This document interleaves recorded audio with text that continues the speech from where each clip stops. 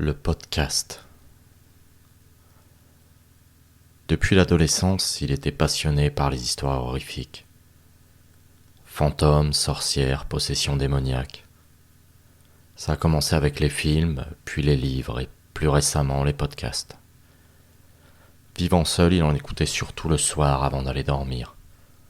Il s'allongeait dans le noir et s'endormait en écoutant toutes sortes d'histoires horrifiques, de creepypasta.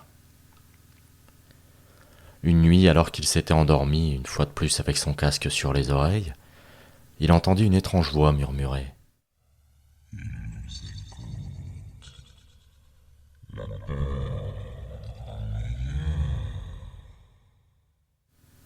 Il se réveilla en sursaut, se sentant épié. Une étrange forme se tenait devant lui. Il alluma la lumière et vit que ce n'était qu'une pile de vêtements posée sur une chaise. Il sourit, se disant que l'histoire de ce soir avait bien marché. Il éteignit son portable et se rendormit, persuadé d'avoir rêvé. Cependant, le lendemain, il ne se sentait pas très bien. Il avait même parfois l'impression d'entendre murmurer cette voix, dans le métro ou au travail.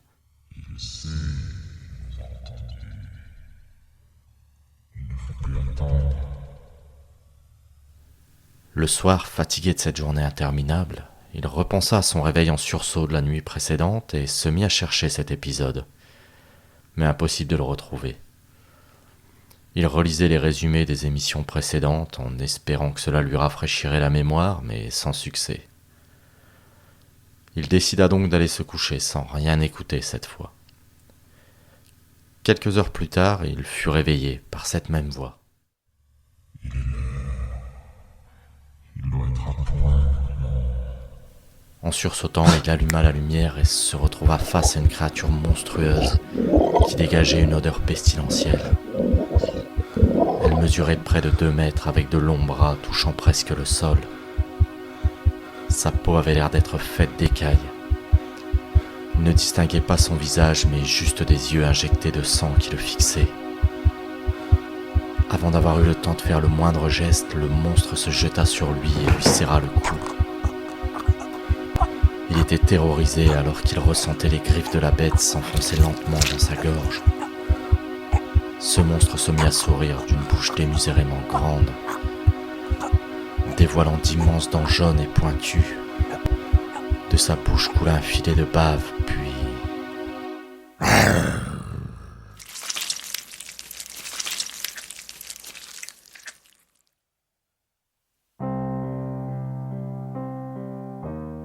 Je repris connaissance ici, à côté du fossoyeur qui m'écoutait. Alors laissez-moi vous prévenir.